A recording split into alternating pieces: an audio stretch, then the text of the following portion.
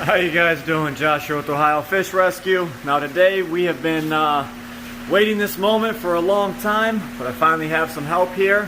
We're going to try and tackle the background on this beautiful cichlid tank.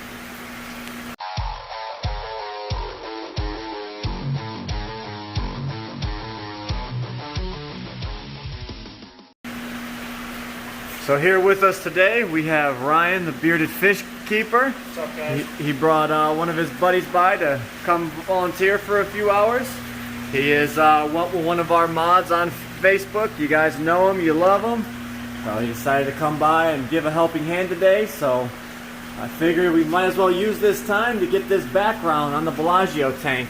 You can see we have it up there rolled that way, but I think we're going to take it down, roll it the exact opposite way, and feed it in from one end and try and pull it all the way across. That might be the smartest idea instead of trying to just drop it down. So that's what we're going to give it a shot, and we'll see how this goes. Alright, so we got it carried out and laid out on the main floor here. You can see we had a piece of 10-foot pipe rolled up in it and rolled it long ways. Now we're going to stick the pipe on this one end and we're going to roll it up down to one end so we can feed it through the back of the Bellagio tank. Alrighty, so we got our PVC pipe in here and just rolling it, pull it, and keep on rolling it. It's going to make the roll nice and tight, and it gives you something sturdy to hold on to. As we get this done, I'll show you our next plan of action, because this is a big floppy piece of vinyl car wrap is what it used to be. We're going to try and use it as an aquarium background. Alright, so we were able to get that roll of that vinyl car wrap in about 4 feet before we ran into a problem. What was that problem? Well, you know, it slid nice and easy until it got to about here, and then the tank was so close to the wall that little piece of vinyl wrap was getting pinched between the tank and the wall. So there is no moving this tank. Right now the only option is the next time we have this tank drained, we might possibly, just maybe by the grace of God, you know, this is a 20-foot long panel, and actually they are bowing just a minuscule amount, but you can't really tell from the naked eye, but you know it's happening. There might be enough room with this tank drained. That panel might deflect back in and leave enough space to be able to pull that background all the way through. And if that does not work, then this would be a failed attempt. So this is going to have to be put on the back burner once again. Look at them little fish going at it. But in the meantime, let's go ahead and get another tank set up. I do believe we have a few empty ones sitting over here. Let's go see what we can come up with. Okay, Josh come up with a great idea. We're moving this seat from this area right here, excuse me, Janie, and they're taking that out to the back deck. We don't really use it. Nobody sits on it, and it's got a, you know, a section inside for all the like the diving gear, the sponges, the floating stuff. So it's basically been in our way. This is where we're going to put the 90-gallon flatback hex, right under this tank. So we're gonna, you know, set it up here. Ryan, the bearded fish keeper, you ready to move some tanks? I'm moving them. Okay. I'm always here to move them. Okay.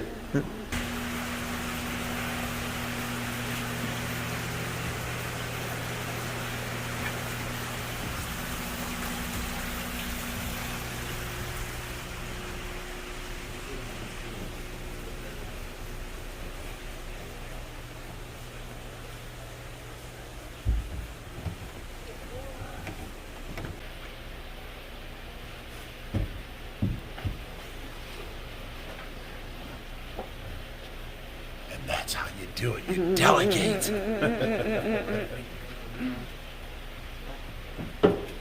Oh, it just happens to be a little bit too tall. We may have to remount that up higher. That'd be perfect. No. Yeah. No, that looks terrible. That needs to go up higher. It's almost the same width, but it definitely needs to go higher.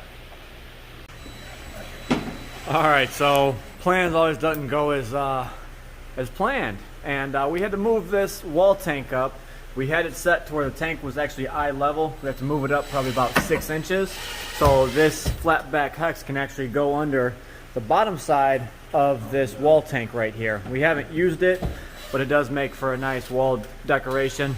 So what he's doing is taking the level, putting it against the bracket, which we already have in place. Used a laser level to make it happen, and now he's just moving it up 6 inches or so. So we got to do all 3 of these brackets, and we can put the wall tank back up and slide this flat back hex into place. Level behind you. All right, so there we have it. The tank is now moved up. Didn't want to show you all the boring parts, but you step back, and that looks pretty decent there as opposed to that ugly green bench. But this is, I think, going to be my dad's saltwater project. See, he's got a bunch of saltwater rocks there and whatnot, and this will actually be a neat little tank. But he's got a bunch of salt equipment that he'll probably end up making a video on this, making this the saltwater tank. But what this allows you to do, it still gives you enough room to open up this canopy, and it leans right up against that little wall tank there, so you can have full access to the tank and be good to go.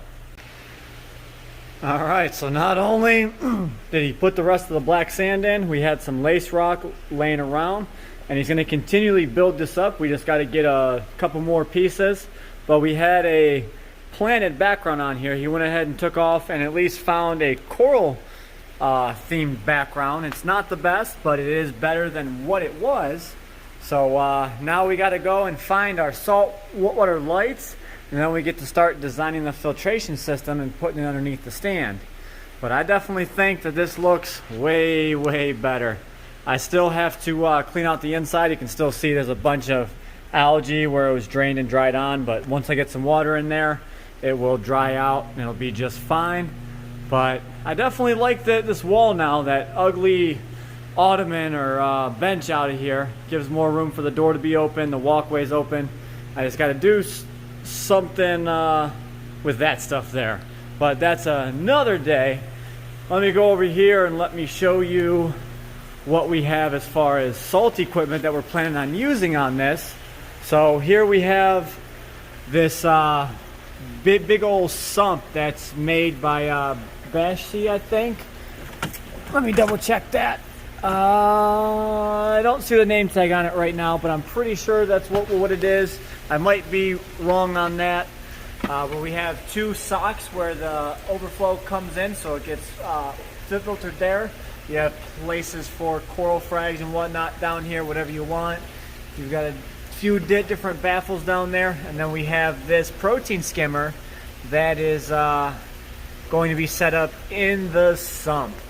Now, in this tub, we do have a reverse osmosis unit, and at the bottom of this, we actually have an Apex controller, along with all these water movers and the gyre.